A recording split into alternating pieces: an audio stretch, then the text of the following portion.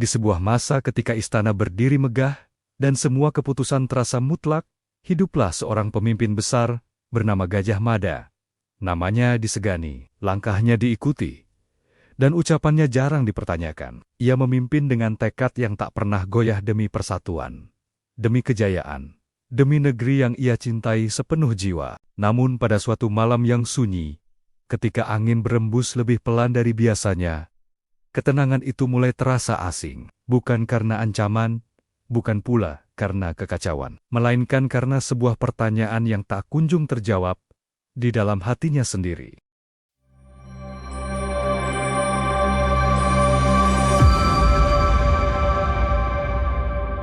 Pagi itu, Trowulan terbangun dalam ketenangan yang nyaris sempurna. Matahari naik perlahan, menyentuh genting istana dengan cahaya keemasan yang jinak. Pasar-pasar telah ramai sebelum lonceng pertama berdentang. Para pedagang menata barang dagangan dengan senyum.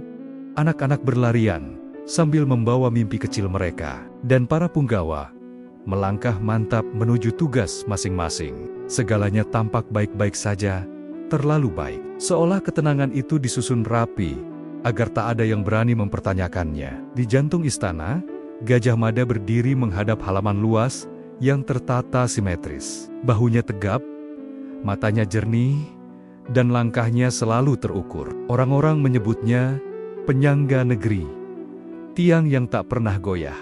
Ia terbiasa mendengar pujian, terbiasa menerima harap yang dititipkan tanpa ragu. Namun pagi itu, saat angin menggerakkan tirai serambi, ia merasakan sesuatu yang sulit dijelaskan seperti bisik yang tak terdengar namun menggetarkan. Ia menarik napas panjang. Dalam dirinya ada dorongan yang terus menuntut lebih. Rencana harus berjalan, keputusan harus tepat, persatuan harus terwujud tanpa celah. Dorongan itu telah lama menjadi bahan bakarnya. Tanpanya, ia takut segalanya runtuh. Dengan itu, ia merasa sanggup memikul dunia. Namun, di sela keteguhan itu, terselip kelelahan yang jarang ia akui, bahkan pada dirinya sendiri. Sidang pagi berjalan tertib. Naskah-naskah dibentangkan, peta-peta dibuka, dan rencana besar dibicarakan dengan nada yakin. Gajah Mada mendengarkan dengan saksama, mengangguk di saat yang tepat, menimbang setiap kata. Para punggawa merasa aman di bawah kepemimpinannya. Tidak ada suara yang terlalu keras. Tidak ada tawa yang berlebihan. Ketenangan menjadi aturan tak tertulis. Sementara itu, di luar tembok istana, seorang musafir melangkah perlahan menyusuri jalan batu. Pakaiannya sederhana, wajahnya tenang, dan tatapannya seperti menyimpan jarak dengan hiruk-pikuk. Ia berhenti di dekat sumur tua, membantu seorang ibu menimba air, tanpa berkata banyak. Senyumnya singkat, namun kehadirannya membuat orang-orang merasa ringan. Mereka tak tahu siapa ia, namun merasa seolah mengenalnya sejak lama. Musafir itu adalah Sunan Kalijaga. Namun, hari itu, ia datang tanpa nama. Ia mendengar denyut kota, membaca kegelisahan yang tersembunyi di balik tawa. Ia melihat istana yang berdiri megah, rapi, dan terjaga. Namun, ia juga merasakan ketegangan yang mengendap di udara, seperti awan tipis sebelum hujan. Menjelang siang, kabar tentang musafir menyebar cepat. Bukan karena keajaiban, melainkan karena kata-kata Nia yang tepat sasaran. Kepada seorang pedagang yang cemas, ia berkata, "Tenanglah, rezeki bukan hanya soal hitungan, tapi juga tentang hati yang tidak tergesa." Kepada seorang pemuda yang gelisah, ia berujar, "Berjalanlah pelan, agar kau tahu kemana kaki membawamu." Kalimat-kalimat itu sederhana, namun menenangkan. Seorang punggawa mendengar cerita itu dan menyampaikannya ke istana. Gajah Mada mengernyit, bukan karena curiga, melainkan karena tertarik. Ia memerintahkan agar musafir itu diundang sebagai tamu. Sekadar berbincang, tidak ada alasan khususnya, firasat yang ia sendiri tak ingin akui. Sore hari, musafir itu melangkah ke serambi istana. Ia menunduk sopan, tak berlebihan, tak pula merendah. Gajah Mada menyambutnya dengan sikap yang sama. Dua sosok itu berhadapan, yang satu dikenal karena keteguhan, yang lain hadir dengan ketenangan. "Silakan duduk," ujar Gajah Mada. Suaranya datar namun ramah. Sunan Kalijaga duduk dengan tenang. Ia menatap sekeliling, bukan untuk menilai kemewahan, melainkan untuk mendengar getar yang tak terucap. Mereka bilang, "Engkau membawa ketenangan," kata Gajah Mada. "Bagaimana caranya?" Sunan Kalijaga tersenyum tipis. "Saya hanya mendengarkan," jawabnya pelan. "Seringkali, yang dibutuhkan orang bukan jawaban, melainkan ruang untuk bernapas." Gajah Mada terdiam sejenak. Ia jarang mendengar kata bernapas disebut dalam ruang keputusan. Baginya, waktu selalu mendesak. Namun kata itu menempel, enggan pergi. "Negeri ini baik-baik saja," lanjut Gajah Mada, seolah meyakinkan dirinya. "Rencana berjalan, rakyat tentram." "Benar," kata Sunan Kalijaga. "Namun, ketenangan juga perlu ditanya. Apakah ia tumbuh? Atau hanya ditahan?" Pertanyaan itu jatuh perlahan, namun berat. Gajah Mada menatap musafir di depannya. Ada sesuatu dalam tatapan itu, bukan tantangan, bukan pula pujian. Seperti cermin yang diletakkan tanpa izin. Sore, berganti senja. Percakapan berlanjut dengan nada tenang. Sunan Kalijaga tidak menggurui, tidak pula memuji berlebihan. Ia bertanya tentang harapan, tentang rasa takut yang sering disembunyikan di balik tanggung jawab. Gajah Mada menjawab seperlunya, menjaga jarak seperti biasa. Namun di satu titik, ia merasa dinding yang selama ini kokoh mulai bergetar halus. "Jika boleh bertanya," ujar Sunan Kalijaga akhirnya. Suaranya hampir seperti bisik, "apa yang paling Tuan takutkan bila persatuan tercapai?" Gajah Mada tersentak bukan secara lahir, melainkan di dalam. Pertanyaan itu sederhana, namun tak pernah ia ajukan pada dirinya sendiri. Ia menatap halaman yang mulai gelap. Lampu-lampu dinyalakan, dan bayangan bergerak di lantai batu. Takut, kata itu terasa asing di lidahnya. Selama ini, ia merasa takut bukanlah pilihannya. Ia hidup untuk keberanian, untuk keputusan tegas. Namun kini, pertanyaan itu membuka pintu yang lama tertutup. Ia tidak menjawab, bukan karena tak tahu, melainkan karena takut tahu. Malam turun sepenuhnya. Saat Sunan Kalijaga berpamitan, Gajah Mada mengangguk pelan. Tidak ada janji, tidak ada kesepakatan. Hanya keheningan yang tertinggal lebih pekat dari sebelumnya. Di tengah malam, ketika istana terlelap, lonceng tua di menara berdentang sendiri. Tidak keras, namun cukup untuk membangunkan para penjaga. Angin berembus melewati koridor, membawa bisik yang tak jelas sumbernya. Gajah Mada terjaga. Ia duduk di ranjangnya, dada terasa berat. Di luar, bulan menggantung pucat, dan ketenangan yang tadi siang tampak sempurna kini terasa rapuh. Di antara desir angin, seolah ada suara yang berulang, pelan, namun tegas. Sumpah itu mulai menagih. Gajah Mada menutup mata. Untuk pertama kalinya, ia menyadari bahwa ketenangan bukan selalu pertanda aman kadang. Ia adalah tanda bahwa sesuatu sedang menunggu untuk terungkap. Untuk pertama kalinya, ia menyadari bahwa ketenangan bukan selalu pertanda aman kadang. Ia adalah tanda bahwa sesuatu sedang menunggu untuk terungkap. Gajah Mada bangkit dari duduknya dengan napas yang belum kembali teratur. Suara lonceng itu masih terasa bergaung di kepalanya, bukan sebagai bunyi, melainkan sebagai pertanyaan yang enggan pergi. Ia melangkah ke jendela, memandang halaman istana yang disinari bulan. Segalanya tampak seperti biasa. Bayangan pohon menari pelan, penjaga berjaga di posnya, dan angin mengusap dandon dengan lembut. Namun di balik keteraturan itu, ada rasa asing yang menyelinap, sebuah kegelisahan yang tak bisa ia perintah untuk pergi. Pagi datang lebih cepat dari biasanya. Gajah Mada memasuki ruang sidang dengan langkah mantap, berusaha menegakkan kembali ritme yang selama ini ia kuasai. Para punggawa menyambutnya dengan hormat, senyum terjaga, dan laporan yang rapi. Ia mengangguk, menyimak, memberi arahan singkat. Namun, setiap kata yang ia ucapkan terasa diuji oleh gema semalam. Ia mendapati dirinya menahan jeda lebih lama sebelum memutuskan, seolah ada tangan tak terlihat yang menuntunnya untuk tidak tergesa. Kabar tentang musafir itu tak juga surut. Dari lorong-lorong pasar hingga serambi rumah warga, namanya atau, lebih tepatnya, ketenangannya terus disebut. Ada yang berkata musafir itu mampu menenangkan hati yang resah hanya dengan duduk mendengarkan. Ada pula yang bersaksi bahwa nasihatnya membuat orang berani mengakui kesalahan tanpa merasa direndahkan. Kabar-kabar itu sampai ke telinga istana dengan cara yang tak bisa dibendung. Gajah Mada memanggil seorang punggawa kepercayaannya. "Undang musafir itu lagi," katanya singkat. "Bukan sebagai tamu biasa. Aku ingin mendengar pandangannya tentang negeri ini." Sore hari, Sunan Kalijaga kembali melangkah ke istana. Kali ini, suasana terasa berbeda. Para penjaga memperhatikannya lebih saksama, bukan dengan curiga, melainkan dengan rasa ingin tahu yang tertahan. Ia melangkah tenang, seperti kemarin. Seolah istana hanyalah persinggahan singkat di antara perjalanan panjang. Di serambi yang sama, mereka kembali berhadapan. Gajah Mada mempersilakan duduk, lalu memulai percakapan tanpa basa-basi. "Banyak yang merasa tentram setelah berbincang denganmu," katanya.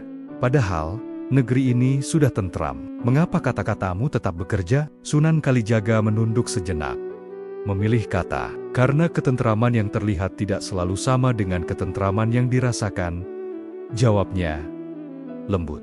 "Kadang, yang tampak rapi justru menyimpan ikatan yang terlalu kencang." Gajah Mada menghela napas. "Ikatan diperlukan agar negeri tidak tercerai." "Benar," sahut Sunan Kalijaga. "Namun, ikatan juga perlu ruang agar tidak menjerat niat baik itu sendiri." Percakapan mengalir perlahan, seperti air yang menemukan jalannya. Sunan Kalijaga bertanya tentang rencana persatuan, tentang harapan yang digenggam terlalu lama, dan tentang rasa takut yang kerap disamarkan sebagai kewaspadaan. Gajah Mada menjawab dengan kehati-hatian seorang pemimpin, menjaga jarak antara pengakuan dan kerahasiaan. Namun, ada satu saat, ketika Sunan Kalijaga menatapnya dengan sorot yang lebih dalam, bukan menembus, melainkan memahami. "Tuan memikul beban besar," kata Sunan Kalijaga, "dan beban itu mulia. Tapi izinkan saya bertanya satu hal." Gajah Mada mengangguk, meski dadanya terasa menyempit. "Siapa yang Tuan lindungi ketika Tuan berkata demi negeri?" Pertanyaan itu membuat ruang serambi seolah mengecil. Gajah Mada terdiam. Ia terbiasa berbicara tentang negeri, rakyat, dan masa depan. Namun menyebutkan siapa yang ia lindungi secara nyata, secara personal, membuatnya goyah. Ia memandang lantai batu, merasakan dinginnya merambat ke telapak kaki. "Rakyat?" jawabnya akhirnya. Suaranya mantap, namun bergetar halus. Sunan Kalijaga mengangguk. "Lalu diri Tuan sendiri?" Keheningan jatuh. Gajah Mada tak segera menjawab. Ia menyadari sesuatu yang lama terabaikan. Selama ini, ia melindungi segalanya, kecuali ruang di dalam dirinya untuk bernapas. Ia menegakkan bahu, mencoba kembali pada keteguhan yang dikenalnya. "Pemimpin tidak boleh ragu," katanya. "Pemimpin juga manusia," balas Sunan Kalijaga tenang. "Dan manusia yang tak pernah memberi jeda pada dirinya akan lelah. Meski tampak kuat." Matahari condong ke barat. Bayangan memanjang di lantai serambi. Gajah Mada bangkit, berjalan beberapa langkah, lalu berhenti. Ia menoleh, menatap Sunan Kalijaga dengan kesungguhan yang jarang ia perlihatkan. "Apa tujuanmu datang ke sini?" tanyanya. Sunan Kalijaga berdiri. "Saya tidak datang membawa tujuan," katanya. "Saya datang membawa cermin. Jika Tuan berkenan melihatnya, baik. Jika tidak, saya akan melanjutkan perjalanan." Gajah Mada terdiam lama. Kata cermin itu terasa menantang dan menenangkan sekaligus. Ia mengangguk pelan. "Tinggallah sementara," ujarnya. "Istana ini sepertinya membutuhkan jeda." Sunan Kalijaga menunduk hormat. Tidak ada senyum kemenangan, tidak ada janji perubahan, hanya kesediaan untuk hadir. Malam itu, ketika obor-obor dinyalakan dan istana kembali sunyi, Gajah Mada duduk sendirian di ruang kerjanya. Di hadapannya terbentang naskah rencana yang rapi. Ia membaca ulang, lalu berhenti pada satu kalimat yang terasa berat. Di luar, angin berdesir pelan. Ia teringat pertanyaan yang belum terjawab sepenuhnya. Dan untuk pertama kalinya, ia bertanya pada dirinya sendiri dengan jujur. Apakah aku memimpin karena cinta pada negeri, atau karena takut kehilangan kendali? Di kejauhan, lonceng tidak berbunyi. Namun keheningan malam terasa lebih nyaring dari bunyi apapun, seakan menunggu jawaban yang akan mengubah segalanya. Di kejauhan, lonceng tidak berbunyi. Namun keheningan malam terasa lebih nyaring dari bunyi apapun, seakan menunggu jawaban yang akan mengubah segalanya. Jawaban itu belum lahir. Ketika fajar menyibak tirai langit, Gajah Mada memasuki hari dengan langkah yang sama mantapnya. Tetapi hatinya tak lagi sesenyap biasanya. Di ruang sidang, para punggawa telah berkumpul. Naskah-naskah dibentangkan, piti-piti digelar, dan suara-suara berbaur dalam ritme yang terlatih. Agenda hari itu penting. Penetapan tahap berikut dari rencana besar persatuan. Semua orang siap. Terlalu siap. Gajah Mada duduk di kursi utama, menatap wajah-wajah yang ia kenal satu persatu. Ia merasakan dorongan lama di dadanya, dorongan untuk merapikan, menekan, memastikan tak ada celah. Namun, dorongan itu kini bertemu batas halus. Seperti tangan lembut yang menahan, ia menghela napas, memberi isyarat agar sidang dimulai. Seorang punggawa membacakan naskah keputusan. Kalimat pertama terdengar biasa.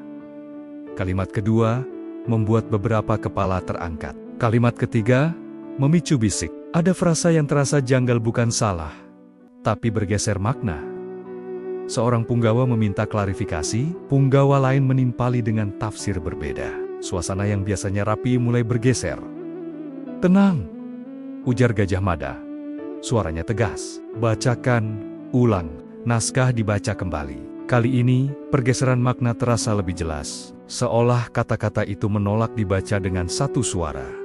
Gajah Mada merasakan denyut di pelipisnya. Ia hendak memotong perdebatan, mengembalikan ritme yang ia kuasai. Namun batas itu kembali hadir, menahan, bukan melawan. Di sudut ruang sidang, Sunan Kalijaga berdiri dengan tenang. Ia diundang sebagai pendengar, bukan penentu. Namun tatapannya menyapu ruangan, menangkap kegelisahan yang mulai beranak pinak. "Mohon izin," katanya pelan, namun suaranya menjangkau semua sudut. "Bolehkah saya mengajak kita berhenti sejenak?" Beberapa punggawa saling pandang. Berhenti bukan kebiasaan mereka. Gajah Mada menimbang, lalu mengangguk. "Sejenak," katanya. Sunan Kalijaga melangkah ke serambi, tepat di ambang ruang sidang. Ia menutup mata. Tidak ada gerakan yang mencolok, tidak ada kata-kata panjang, hanya jeda-jeda yang terasa asing di tempat keputusan dibuat. Doa itu tidak bergema seperti petir, tidak pula menggetarkan lantai. Ia hadir seperti embun yang turun diam-diam. Namun saat Sunan Kalijaga membuka mata, suasana berubah. Bukan gaduh, bukan pula hening, melainkan terasa tertata ulang. "Silakan lanjutkan," ucapnya. Naskah dibacakan kembali. Kali ini, maknanya terasa tegas, namun tidak menekan. Perbedaan tafsir mereda, digantikan pemahaman yang pelan-pelan menyatu. Para punggawa terdiam, bukan karena kalah, melainkan karena menemukan kata yang tepat. Gajah Mada menelan ludah. Di dadanya, ia merasakan sesuatu yang tak pernah ia rasakan sebelumnya. Ambisi yang selama ini berlari kencang, kini seperti berhenti di depan gerbang. Ia masih bisa melihat tujuan, namun langkahnya tertahan oleh perasaan asing, sebuah kesadaran yang meminta ia mendengar lebih lama. Sidang ditutup tanpa sorak. Para punggawa keluar dengan wajah berpikir. Di serambi, Gajah Mada mendekati Sunan Kalijaga. "Apa yang kau lakukan?" tanyanya lirih. "Saya tidak melakukan apa-apa," jawab Sunan Kalijaga. "Saya hanya mengingatkan ruang ini untuk bernapas." Gajah Mada mengangguk. Namun di balik anggukan itu, kegelisahan tumbuh. Sepanjang siang, ia mencoba kembali pada rutinitas. Ia memberi arahan, menandatangani naskah, memeriksa laporan, namun setiap kali ia hendak mendorong keputusan agar bergerak lebih cepat, batas itu kembali terasa lembut, pasti, dan tak bisa diabaikan. Sore menjelang, kabar menyebar cepat. Ada yang menyebut doa di serambi sebagai penenang. Ada pula yang membisikkannya sebagai penghalang. Di lorong-lorong istana, rasa percaya mulai diuji oleh ketakutan yang tak bernama. Menjelang malam, Gajah Mada berdiri sendiri di halaman. Lampu-lampu menyala, bayangan memanjang. Ia meremas gulungan naskah di tangannya. Ambisi yang dulu memberinya kepastian, kini terasa terkunci, bukan dirampas, melainkan ditahan. Di kejauhan, angin membawa bisik yang ia kenali sejak semalam. Kali ini, bisik itu terasa lebih dekat, lebih tegas, seolah berkata, "Jika kau ingin melangkah, belajarlah menunggu." Gajah Mada menatap langit gelap. Ia menyadari bahwa doa tadi bukan sekadar jeda melainkan pintu yang menuntutnya memilih, memaksa seperti biasa, atau menghadapi ketakutan yang selama ini ia sembunyikan. Ia menyadari bahwa doa tadi bukan sekadar jeda melainkan pintu yang menuntutnya memilih, memaksa seperti biasa, atau menghadapi ketakutan yang selama ini ia sembunyikan. Pilihan itu menghantuinya sejak malam berlalu. Gajah Mada memasuki hari dengan perasaan yang belum pernah ia kenal sebelumnya. Biasanya, keputusan datang seperti garis lurus jelas dan tak tergoyahkan. Kini, setiap langkah terasa melewati lantai yang bergeser pelan, menuntut kehoteation yang asing. Ia tetap memimpin, tetap memberi arahan, namun ada jarak tipis antara niat dan tindakan. Seolah sesuatu menahannya tepat sebelum kata-kata menjadi perintah. Di ruang-ruang istana, getar itu terasa. Para punggawa berbicara lebih pelan. Sebagian menafsirkan perubahan sebagai kebijaksanaan baru.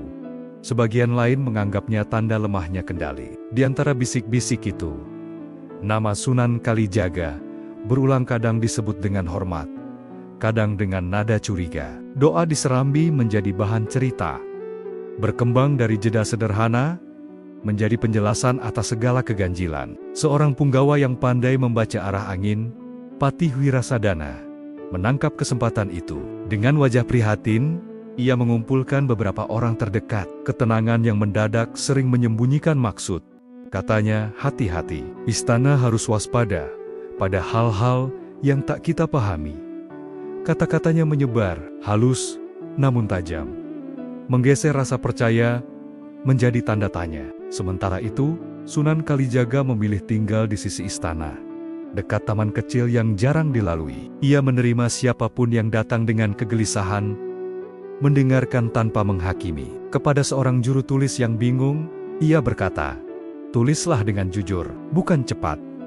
Kepada seorang penjaga yang gelisah, ia berujar, "Tenanglah, tugasmu menjaga bukan hanya gerbang, tetapi juga hatimu." Ketenangan itu menguatkan sebagian orang, sekaligus menakutkan yang lain. Gajah Mada memperhatikan dari kejauhan. Ia ingin menegaskan batas, mengembalikan ritme lama. Namun, setiap kali niat itu menguat, rasa tertahan kembali hadir seperti kunci yang terpasang dari dalam. Ia menyadari sesuatu yang pahit. Selama ini, ia menggerakkan negeri dengan keyakinan bahwa tekanan adalah bentuk tanggung jawab. Kini, tekanan itu memantul kembali kepadanya sebagai pertanyaan. Sidang darurat digelar, agenda disusun rapi. Namun, suasana tak lagi sama. Perbedaan pendapat muncul. Lebih berani. Biasanya, Gajah Mada akan menutupnya dengan satu kalimat tegas. Kali ini, ia mendengarkan lebih lama. Wajah-wajah terkejut bukan karena marah, melainkan karena ia memberi ruang. "Apakah ini arah baru?" bisik seseorang. "Apakah ini tanda ragu?" sahut yang lain. Di tengah sidang, sebuah naskah lama dibawa masuk. Kertasnya menua, tulisannya rapat dan halus. Empu Jayeng Puspa, penjaga pengetahuan istana, menyampaikan dengan suara terukur, "Ini catatan tentang kunci nurani sebuah doa yang muncul ketika ambisi melaju tanpa jeda. Bukan untuk melemahkan, melainkan untuk mengingatkan." Ruangan seketika sunyi. Gajah Mada menatap naskah itu lama. Kata kunci kini menemukan wujudnya. Ia merasakan percampuran antara lega dan takut. Lega karena apa yang ia rasakan bukan kebetulan. Takut karena maknanya menuntut perubahan yang tidak kecil. Patih Wirasadana berdiri. "Jika ini benar," katanya, "maka istana berada dalam pengaruh sesuatu yang tidak kita pahami sepenuhnya. Demi ketertiban, kita perlu membatasi kehadiran musafir itu." Kata membatasi jatuh seperti kerikil ke air tenang. Riak menjalar. Gajah Mada menoleh ke arah Serambi, membayangkan Sunan Kalijaga yang tenang. Ia tahu, keputusan apapun akan memicu gelombang menahan atau melepaskan. Menjelang malam, hujan tipis turun, membasahi halaman istana. Gajah Mada berjalan menyusuri koridor, langkahnya bergaung pelan. Ia berhenti di depan taman kecil. Sunan Kalijaga menunduk hormat saat melihatnya. "Banyak yang resah," kata Gajah Mada jujur, "termasuk aku." Sunan Kalijaga mengangguk. "Resah adalah tanda bahwa hati sedang bekerja." "Apa yang kau kunci dalam diriku?" tanya Gajah Mada, suaranya menahan emosi. "Saya tidak mengunci," jawab Sunan Kalijaga lembut. "Yang terkunci adalah kebiasaan memaksa. Yang terbuka adalah kesempatan untuk memilih." Hujan mereda, keheningan kembali. Kali ini lebih berat. Dari kejauhan, langkah-langkah tergesa terdengar kabar keputusan darurat menyebar cepat. Besok pagi akan diputuskan apakah musafir itu boleh tinggal atau harus pergi. Gajah Mada menatap langit yang menggelap. Di dadanya, ambisi berdenyut, tertahan di depan gerbang yang tak terlihat. Istana gemetar bukan oleh suara keras, melainkan oleh pilihan yang tak bisa ditunda. Istana gemetar bukan oleh suara keras, melainkan oleh pilihan yang tak bisa ditunda. Pagi datang dengan langit pucat dan udara yang terasa lebih berat dari biasanya. Gajah Mada berdiri lebih lama di depan cermin perunggu, menatap bayangannya sendiri. Ia melihat sosok yang sama tegak, terlatih, namun ada garis halus di antara alisnya yang belum pernah ada. Garis itu bukan tanda usia, melainkan tanda beban yang mulai berbicara. Sidang darurat dibuka lebih awal. Para punggawa hadir dengan wajah-wajah tegang. Keputusan tentang musafir akan ditetapkan. Begitu pula langkah-langkah lanjutan rencana besar persatuan. Semua mata tertuju pada Gajah Mada. Biasanya, momen seperti ini adalah panggungnya. Kini, panggung itu terasa licin. Empu Jayeng Puspa diminta berbicara. Ia membuka naskah tua dengan hati-hati. "Kunci nurani," katanya, "bukan hukuman." Ia muncul ketika janji dijaga terlalu erat, hingga tujuan lupa bernapas. Ia mengingatkan pemimpin agar membedakan tekad dan keterikatan. Kata keterikatan bergaung. Gajah Mada teringat sumpah yang ia genggam, sejak lama janji yang ia rawat dengan disiplin, yang menggerakkannya bangun sebelum fajar dan tidur lewat tengah malam. Janji itu telah membawanya jauh. Namun apakah ia masih memimpin janji itu? Atau justru dipimpin olehnya? Patih Wirasadana melangkah maju dengan sikap tenang. "Istana perlu ketertiban," ujarnya. "Rakyat perlu kepastian. Hal-hal yang tak kita pahami sebaiknya dijauhkan sementara." Beberapa kepala mengangguk, beberapa menunduk. Ruangan terasa menunggu satu kata penentu. Gajah Mada mengangkat tangan, meminta jeda. "Aku ingin mendengar langsung," katanya, "bukan dari bisik-bisik." Sore itu, di taman kecil yang sama, Gajah Mada duduk berhadapan dengan Sunan Kalijaga. Tidak ada pengawal di dekat mereka. Angin menggerakkan daun, menandai waktu yang berjalan pelan. "Kau tahu mengapa aku resah?" kata Gajah Mada, tanpa pengantar. "Aku telah berjanji. Aku takut jika aku melepas genggaman, segalanya runtuh." Sunan Kalijaga menatapnya dengan tenang. "Janji yang baik tidak runtuh karena dilepas," jawabnya. "Ia runtuh bila dijadikan beban yang menutup telinga." "Jika aku berhenti menekan," ujar Gajah Mada, "mereka akan menganggapku ragu." "Jika Tuan terus menekan," balas Sunan Kalijaga, "Tuan akan menganggap diri Tuan satu-satunya penopang. Itu berat dan sepi." Kata sepi menusuk lebih dalam daripada kritik manapun. Gajah Mada terdiam. Ia menyadari betapa jarangnya ia membagi beban, betapa seringnya ia memilih diam demi terlihat kuat. "Apa yang harus kulakukan?"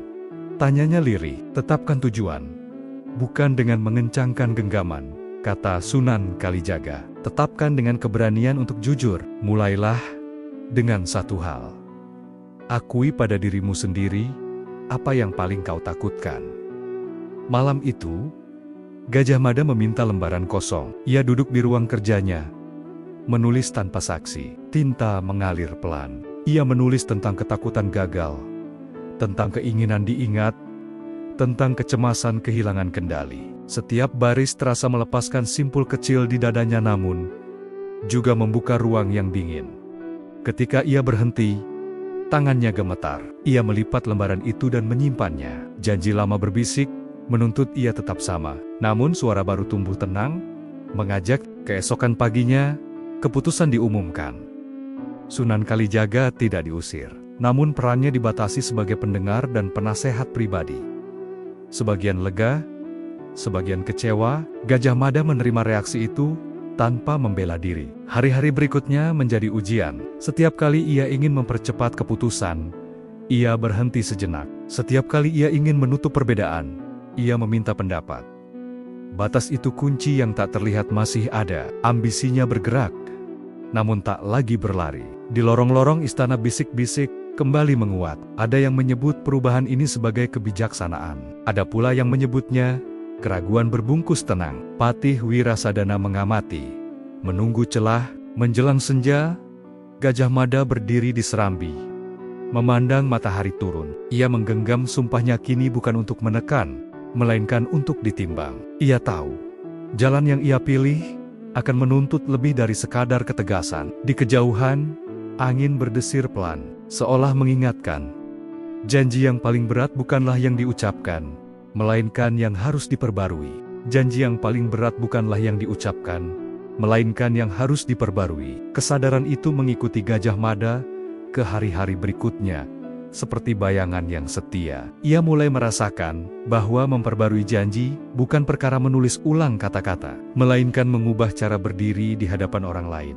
Setiap keputusan kini menuntut jeda, dan jeda itu memunculkan suara-suara yang selama ini tertutup oleh ketegasan. Sunan Kalijaga mengusulkan sesuatu yang tak biasa.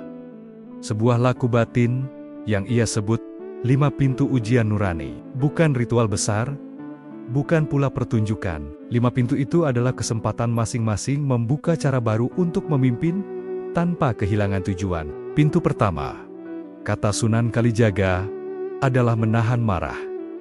Ujian itu datang cepat. Dalam sidang kecil, seorang punggawa muda menyampaikan kritik yang biasanya akan dipotong. Kata-katanya jujur, namun belum rapi. Dulu, Gajah Mada akan merapikan dengan tegas. Kini, ia menahan napas, mendengarkan hingga selesai. Dadanya panas, tetapi ia tidak memotong. Ketika sidang usai, ia menyadari, mendengar tidak melemahkannya. Pintu kedua, lanjut Sunan Kalijaga, adalah menerima koreksi.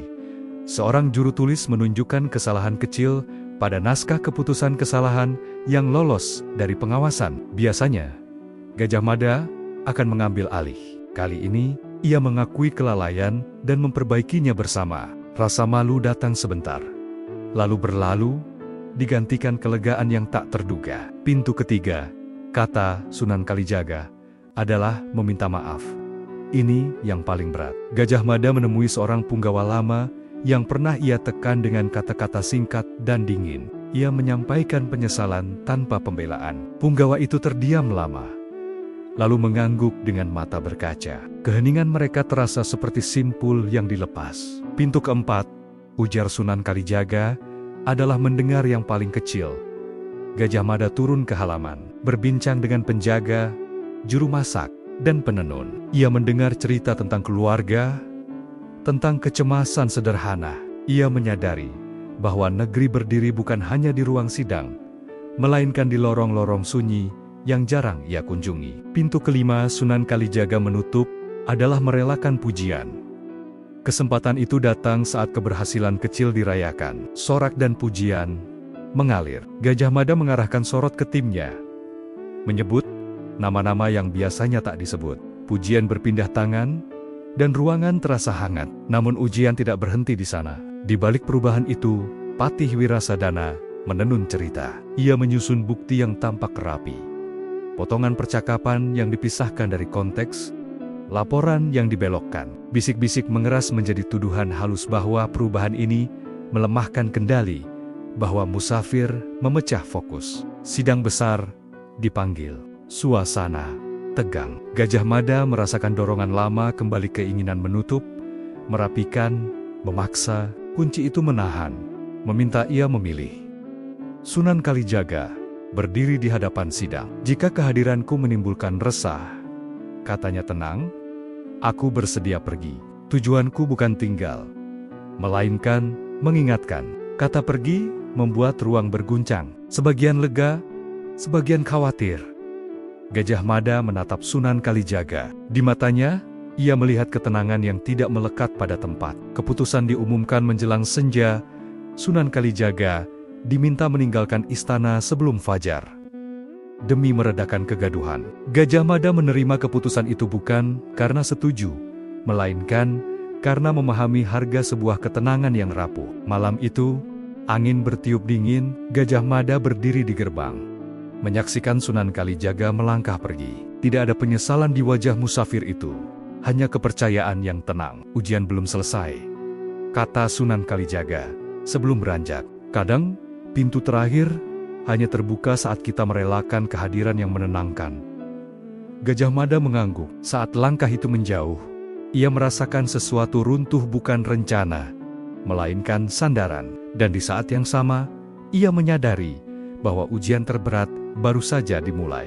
Dan di saat yang sama, ia menyadari bahwa ujian terberat baru saja dimulai. Kepergian Sunan Kalijaga meninggalkan ruang kosong yang tak segera terisi. Pagi berikutnya, istana bangun dengan kebiasaan yang sama, namun denyutnya berbeda.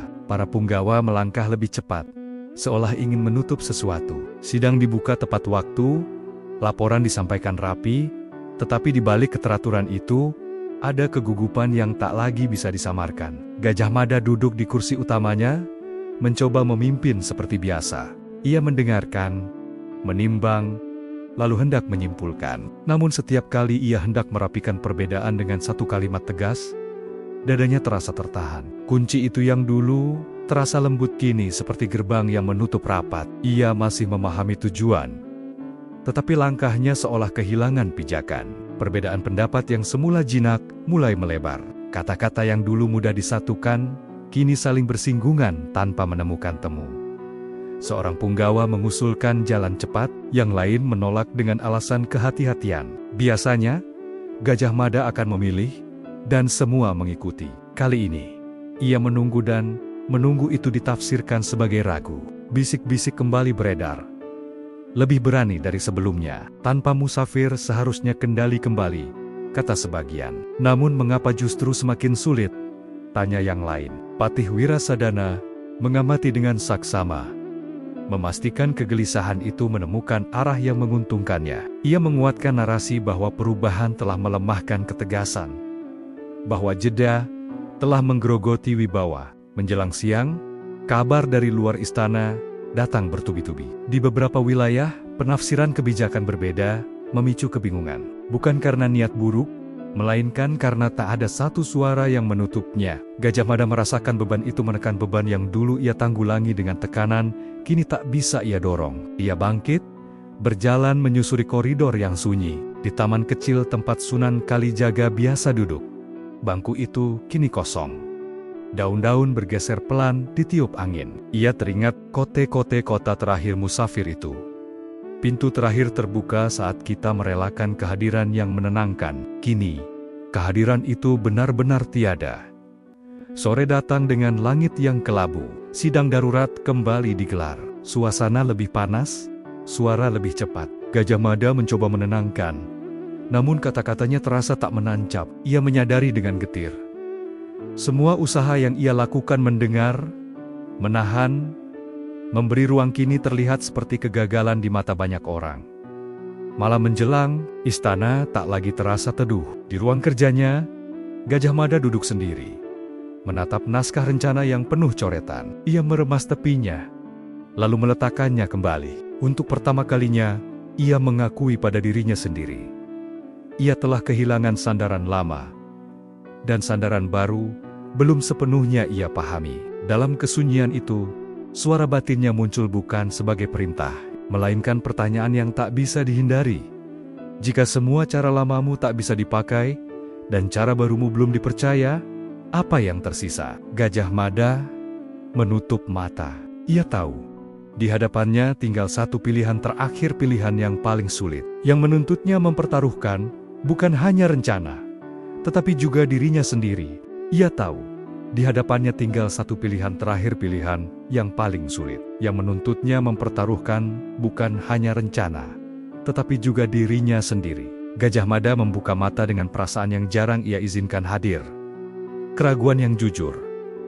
Bukan ragu pada tujuan, melainkan ragu pada cara. Di luar jendela, fajar merambat perlahan, seolah memberi waktu lebih lama dari biasanya. Ia berdiri, merapikan pakaian, lalu memandang ruang kerja yang penuh jejak keputusan. Di sanalah ia menyadari, selama ini ia memimpin dari puncak, bukan dari tengah. Sidang besar diumumkan untuk siang hari. Kabar itu menyebar lebih cepat dari maksudnya. Orang-orang menebak-nebak. Akankah ia kembali tegas seperti dulu?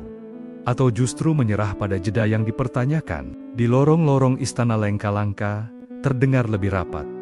Suara-suara diturunkan. Mata-mata saling mencari tanda. Menjelang sidang, Empu Jayeng Puspa datang membawa naskah yang sama kunci nurani. Tidak ada jalan pintas, katanya pelan. Pintu terakhir bukan dibuka dengan kuasa, melainkan dengan keberanian menanggung akibat. Gajah Mada mengangguk. Ia telah menimbang semua kemungkinan. Menekan kembali istana mungkin patuh. Namun retak, menunggu lebih lama kegaduhan kian melebar. Satu-satunya jalan yang tersisa terasa berlawanan dengan kebiasaan hidupnya. Berdiri tanpa perisai, berbicara tanpa menutup celah. Ruang sidang penuh. Wajah-wajah tegang menatapnya. Ia melangkah ke tengah, bukan ke kursi utama. Gerakan kecil itu mengubah udara. Bisik-bisik berhenti. Gajah Mada mengangkat tangan, meminta tenang. Aku tidak akan mengeluarkan perintah hari ini, katanya. Suaranya mantap namun lembut. Aku akan berbicara. Beberapa punggawa saling pandang. Patih Wirasadana menyipitkan mata, menunggu celah. Aku memimpin dengan tekad, lanjut Gajah Mada. Namun aku juga memimpin dengan ketakutan takut gagal, takut kehilangan kendali. Ketakutan itu membuatku menekan. Ketika seharusnya aku mendengar, keheningan jatuh. Berat namun jernih. Kata-kata itu tidak meledak, tetapi menancap. Aku meminta kalian menyampaikan keberatan dan usul tanpa takut. Bukan untuk saling mengalahkan, melainkan untuk kembali pada tujuan. Beberapa suara muncul ragu, lalu lebih berani. Ada kritik yang disampaikan tanpa hiasan, ada kekhawatiran yang lama dipendam. Gajah Mada mendengarkan hingga tuntas. Dadanya bergetar, namun ia tidak menutupnya. Ia memilih menanggungnya. Di tengah itu, Patih Wirasadana berdiri. Ini berbahaya, katanya terukur. Negeri butuh kepastian, bukan pengakuan. Gajah Mada menatapnya lama. Kepastian tanpa kejujuran adalah ketenangan yang rapuh, jawabnya. Dan aku tidak ingin membangun di atas rapuh. Sidang berakhir tanpa putusan besar, namun dengan satu kesepakatan. Membuka ruang bersama untuk merapikan kembali rencana. Dengan waktu dan tanggung jawab yang jelas, tidak ada sorak, tidak ada kemenangan, hanya napas panjang yang dilepaskan serentak. Malam itu, Gajah Mada berjalan sendirian ke gerbang istana. Angin berdesir pelan. Dari kejauhan, langkah-langkah dikenal mendekat. Sunan Kalijaga berdiri di bawah lampu temaram, seolah waktu berbelok untuk mempertemukan mereka kembali. Kau memilih pintu terakhir, kata Sunan Kalijaga tenang. Aku memilih menanggung akibatnya, jawab Gajah Mada. Sunan Kalijaga tersenyum tipis. Maka apa yang terkunci akan mulai longgar. Gajah Mada menatap langit. Ia tidak tahu apa yang menanti esok hari. Namun untuk pertama kalinya, ia melangkah tanpa topeng dan justru di sanalah ia merasakan pijakan yang paling kokoh. Namun untuk pertama kalinya, ia melangkah tanpa topeng dan justru di sanalah ia merasakan pijakan yang paling kokoh. Pijakan itu diuji sejak matahari terbit. Kabar tentang sidang kemarin menyebar ke seluruh sudut istana, meluncur ke pasar-pasar dan rumah-rumah warga. Ada yang menyambutnya dengan lega, ada pula yang menatapnya dengan ragu. Kepemimpinan yang membuka ruang dianggap berani oleh sebagian orang, namun bagi yang lain, ia terasa asing. Gajah Mada memahami, kejujuran yang ia pilih tidak menjanjikan penerimaan seketika. Ia kembali ke ruang sidang kali ini bukan untuk menetapkan, melainkan untuk merapikan. Punggawa-punggawa hadir dengan wajah yang lebih terbuka. Suara-suara yang kemarin muncul kini berlanjut, lebih terarah. Gajah Mada memandu tanpa menguasai, menimbang tanpa menutup. Ia mencatat, menanyakan alasan, dan meminta alternatif. Proses itu lambat, namun jujur. Setiap jeda terasa panjang, namun bernapas. Sunan Kalijaga duduk di sisi, tak banyak bicara. Kehadirannya seperti jangkar tidak menarik, hanya menjaga agar kapal tak terombang terlalu jauh. Sesekali ia menunduk, mencatat sesuatu pada lembar kecil, lalu menyimpannya kembali. Gajah Mada melihatnya, dan teringat Perubahan besar sering lahir dari kesabaran yang tak mencolok. Di tengah pembahasan, sebuah isu lama muncul kebijakan yang selama ini ditafsirkan beragam di daerah. Biasanya, Gajah Mada akan menetapkan satu tafsir dan meminta semua mengikuti. Kali ini, ia meminta perwakilan daerah menyampaikan pengalaman mereka. Cerita-cerita kecil mengalir tentang kebingungan, tentang niat baik yang tersandung, tentang harap yang menunggu arahan jelas. Wajah-wajah di ruang sidang melunak, jarak antara pusat dan pinggiran terasa menyempit. Patih Wirasadana kembali angkat suara. Kali ini lebih berhati-hati. Jika kita membuka terlalu banyak ruang, katanya, kita berisiko kehilangan kecepatan. Gajah Mada mengangguk. Kecepatan penting, ujarnya. Namun, arah lebih penting. Kita akan bergerak dengan batas waktu dan tanggung jawab yang jelas. Ia menunjuk rencana kerja yang disusun bersama, lengkap dengan tenggat dan penanggung jawab. Ruangan mengangguk pelan, ketegangan bergeser menjadi fokus. Menjelang siang, keputusan-keputusan kecil ditetapkan bukan sebagai puncak, melainkan fondasi. Gajah Mada menutup sidang dengan kalimat sederhana, "Jika ada yang salah, kita perbaiki bersama." Kalimat itu terdengar biasa, namun bagi banyak orang, ia terasa baru. Di luar istana, rakyat mulai merasakan perubahannya. Penjaga menyapa lebih ramah, juru tulis menjelaskan dengan sabar, dan kabar dari daerah disambut tanpa curiga. Tidak semua masalah lenyap, namun nada percakapan berubah. Ketakutan yang dulu menyempitkan, kini memberi tempat pada harapan yang berhati-hati. Sore hari, Gajah Mada berjalan di taman kecil. Sunan Kalijaga mendekat. "Kau telah memilih jalan yang panjang," katanya. "Aku siap berjalan," jawab Gajah Mada. "Asal tidak sendirian." Sunan Kalijaga tersenyum. Itu inti kepemimpinan.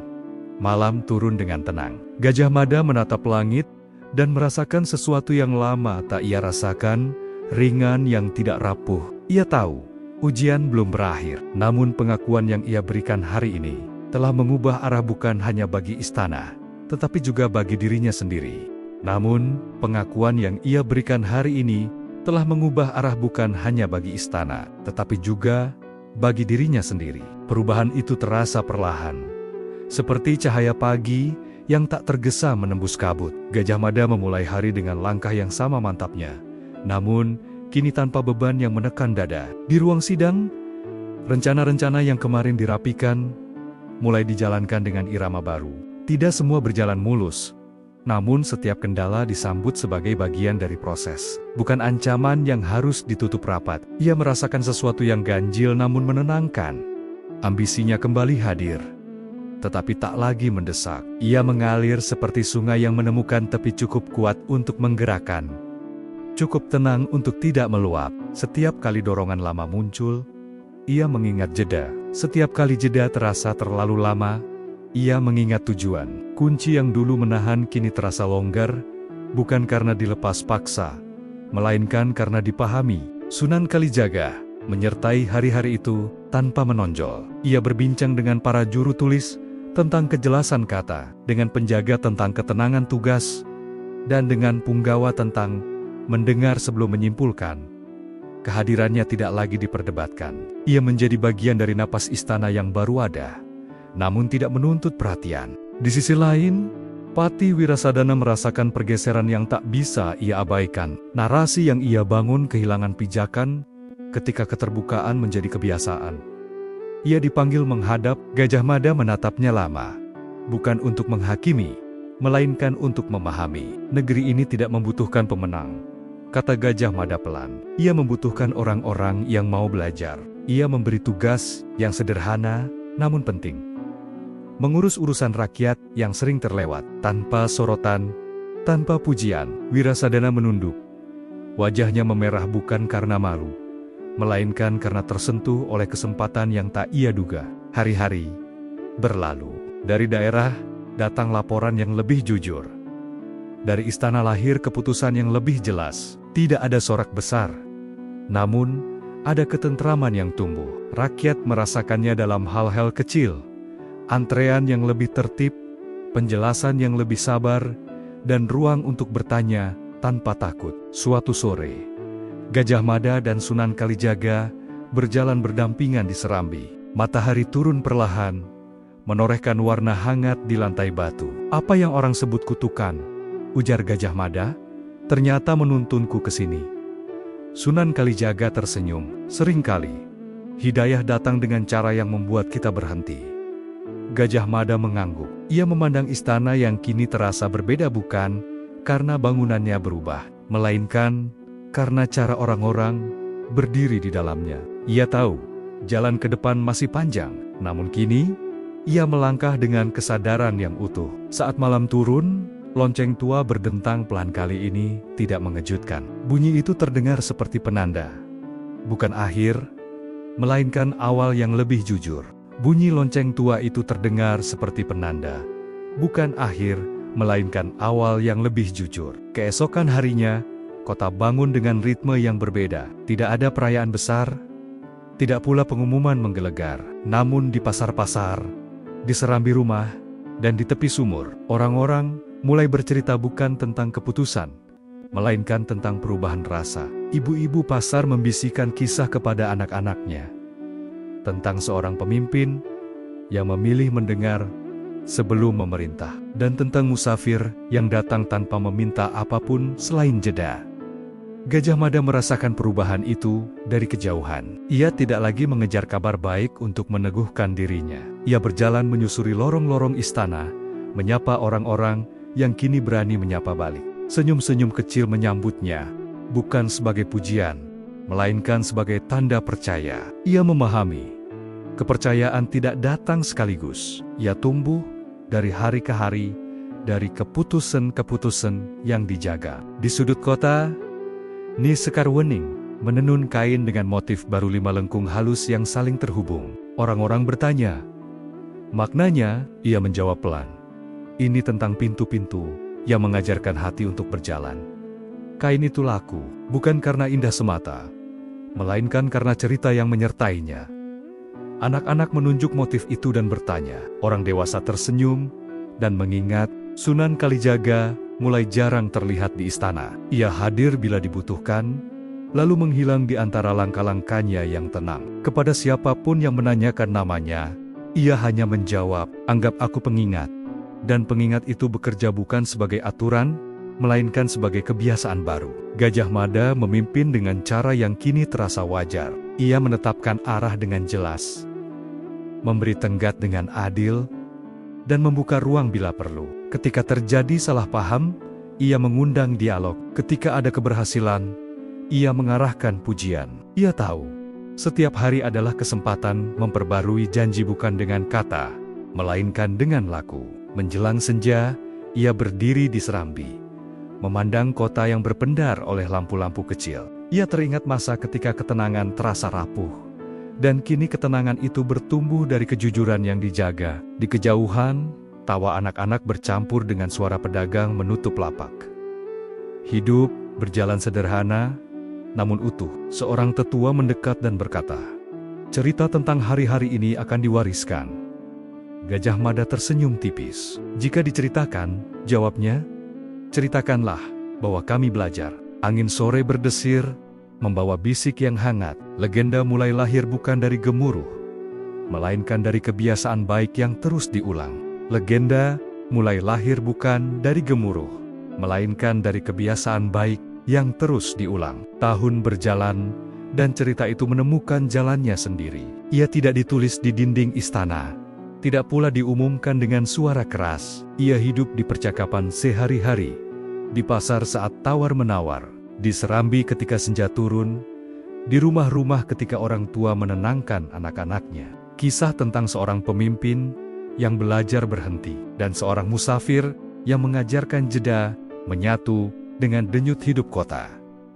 Gajah Mada menua dengan keteguhan yang berbeda. Ia tetap tegas, namun tidak kaku. Ia tetap berani, namun tidak tergesa. Orang-orang mengenangnya bukan hanya karena rencana besar yang disusun, melainkan karena cara ia berdiri ketika rencana itu diuji. Ia mengajarkan bahwa kekuatan tidak selalu terdengar keras, dan keberanian tidak selalu tampak bergegas. Sunan Kalijaga melanjutkan perjalanannya. Namanya muncul dan menghilang di banyak tempat, selalu dengan kisah serupa, ketenangan yang datang tepat waktu, nasihat yang singkat namun tinggal lama. Ia tidak meninggalkan aturan tertulis, hanya kebiasaan mendengar dan berani jujur.